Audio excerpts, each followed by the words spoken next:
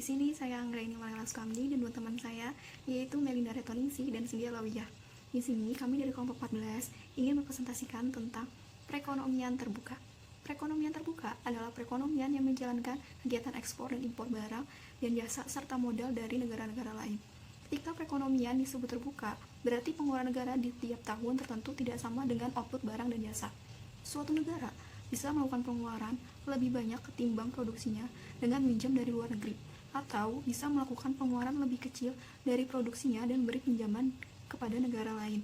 Di sini perekonomian terbuka memiliki 4 sektor, yaitu yang pertama rumah tangga, perusahaan, pemerintah, dan luar negeri. Selanjutnya ada sirkulasi nilai pendapatan. Yang pertama, pendapatan faktor-faktor. Hubungan perusahaan dengan rumah tangga, yaitu rumah tangga menjual SDM yang dimilikinya kepada perusahaan sehingga ia mendapatkan upah dan gaji. Yang kedua, perusahaan membayar pajak kepada pemerintah dan perusahaan menjual produk dan jasa kepada pemerintah melalui pasar barang. Yang ketiga, dalam hubungan ini rumah tangga menyetorkan sejumlah uang sebagai pajak kepada pemerintah. Yang keempat, rumah tangga membelanjakan upah dan gajinya yang didapatkan kepada perusahaan. Yang kelima, rumah tangga mengimpor barang dan jasa dari luar negeri untuk memenuhi kebutuhan hidup. Yang keenam, luar negeri mengekspor produknya kepada bisnis-bisnis perusahaan. Aliran barang dan jasanya juga melalui pasar luar negeri lalu masuk pasar barang. Yang keenam, rumah tangga mendapatkan upah dan gaji dari perusahaan untuk ditabungkan kepada institusi keuangan. Yang ketujuh, institusi keuangan mendapatkan pinjaman modal dari penanam modal yang dilakukan oleh para investor. Yang kedelapan, penanam modal memberikan investasi kepada perusahaan berupa pinjaman modal. Yang kesembilan, pemerintah mendapatkan penerimaan pajak dari perusahaan dan pemerintah juga membeli produk dari perusahaan berdasarkan dana anggaran belanja yang telah disediakan. Selanjutnya ada faktor-faktor yang menentukan ekspor dan impor. Faktor-faktor yang menentukan ekspor yang pertama, barang diperlukan oleh negara lain, yaitu suatu negara dapat mengekspor barang produksinya ke negara lain apabila barang tersebut diperlukan negara lain dan mereka tidak dapat memproduksi barang tersebut atau produksinya tidak dapat memenuhi keperluan dalam negeri. Contohnya ekspor karet dan kelapa sawit dari beberapa negara di Asia Tenggara berlaku karena barang-barang tersebut dibeli oleh negara-negara yang tidak dapat memproduksinya. Yang kedua, kemampuan dari suatu negara untuk mengeluarkan barang-barang yang dapat bersaing dalam pasaran luar negeri, yaitu yang memiliki mutu dan harga barang yang diekspor tersebut haruslah paling sedikit sama baiknya dengan yang diperjualkan dalam pasaran luar negeri. Faktor-faktor yang menentukan impor, yang pertama, tingkat pendapatan masyarakat semakin tinggi, yang kedua, pendapatan semakin banyak impor yang akan dilakukan. Selanjutnya ada rumus umum dalam penentuan pendapatan nasional pada perekonomian terbuka, yaitu Y sama dengan C ditambah I ditambah G ditambah NX, di mana Y adalah jumlah permintaan untuk output domestik disama dengan C, yaitu konsumsi rumah tangga ditambah dengan I, investasi oleh sektor usaha dan rumah tangga ditambah G, pembelanjaan pemerintah ditambah NX, yaitu ekspor neto atau permintaan luar negeri neto. Persamaan ini menunjukkan bahwa dalam perekonomian terbuka, pengeluaran domestik tidak perlu sama dengan output barang dan jasa. Jika output melebihi pengeluaran domestik, kita mengekspor selisihnya, yaitu ekspor neto adalah positif. Jika output kurang dari pengeluaran domestik, kita mengimpor selisihnya, yaitu ekspor neto adalah negatif. Sekian presentasi yang bisa saya sampaikan, kurang lebih mohon maaf. Selanjutnya akan disampaikan oleh Cindy Alawiyah. Terima kasih. Assalamualaikum warahmatullahi wabarakatuh. Saya Cindy Alawiyah ingin menjelaskan keseimbangan perekonomian terbuka, penawaran dan pengeluaran agregat. Penawaran agregat AS terdiri atas barang yang diproduksi di dalam negeri yang meliputi pendapatan nasional Y, serta barang yang diimpor dari luar negeri mempunyai persamaan AS sama dengan Y tambah M.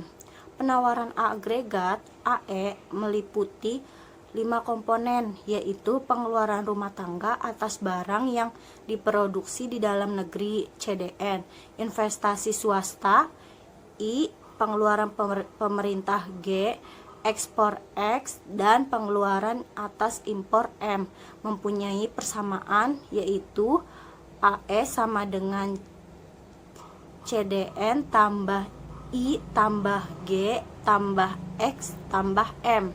Pengeluaran rumah tangga terdiri dari pengeluaran dalam negeri CDN yang pengeluaran atas barang-barang impor. M mempunyai persamaan C sama dengan CDN tambah M. Sehingga persamaan di atas AE dapat disederhanakan menjadi AE sama dengan C tambah I tambah G.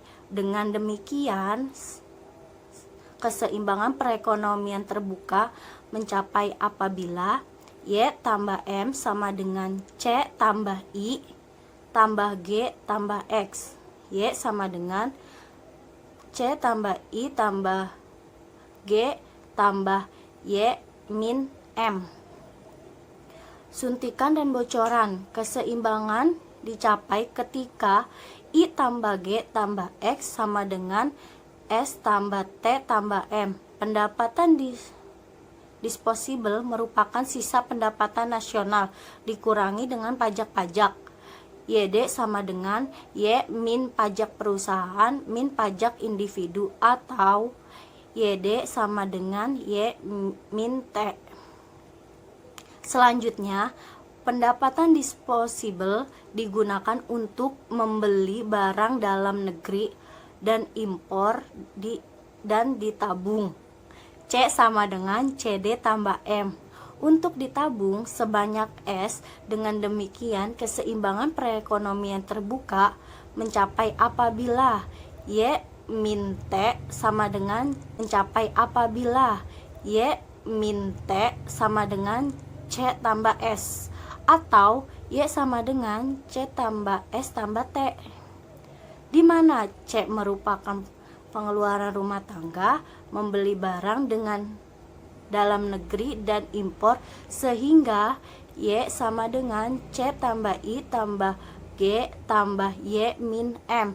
Dengan demikian pendapatan nasional perekonomian terbuka mencapai keseimbangan pendapatan nasional berlaku persamaan C tambah I tambah G tambah X min M sama dengan C tambah S tambah T. Sekian presentasi dari saya dan dilanjutkan oleh teman saya Melinda.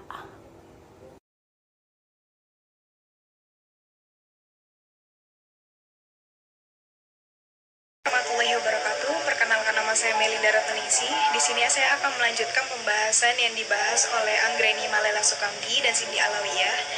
Di sini saya akan membahas tentang dampak dan positif dan negatif dari model perekonomian terbuka.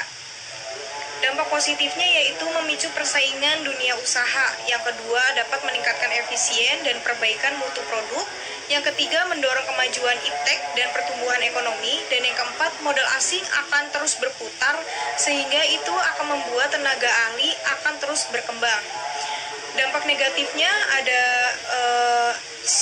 SDM suatu negara sulit bersaing, dan yang kedua pinjaman luar negeri yang sangat besar, dan yang ketiga adalah kekurangan modal. Di sini juga saya akan menjelaskan tentang contoh negara dengan sistem perekonomian terbuka. Salah satunya adalah Amerika Serikat. Tingkat perekonomian Amerika Serikat sudah tidak diragukan lagi, bahkan banyak negara menjadikan panutan Amerika Serikat dari segala aspek. Perekonomian Amerika Serikat yang sebesar 19,42 triliun adalah 25% dari produk dunia bruto.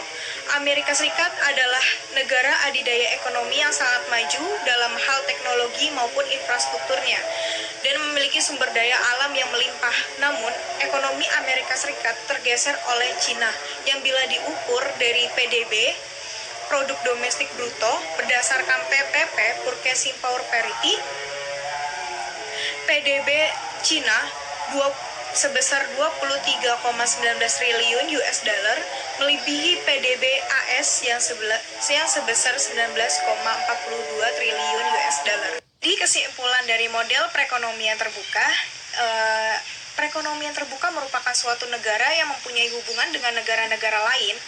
Dalam perekonomian terbuka, sebagian produksi dalam negeri diekspor atau dijual ke luar negeri, dan di samping itu terdapat pula barang dari negara itu yang diimpor.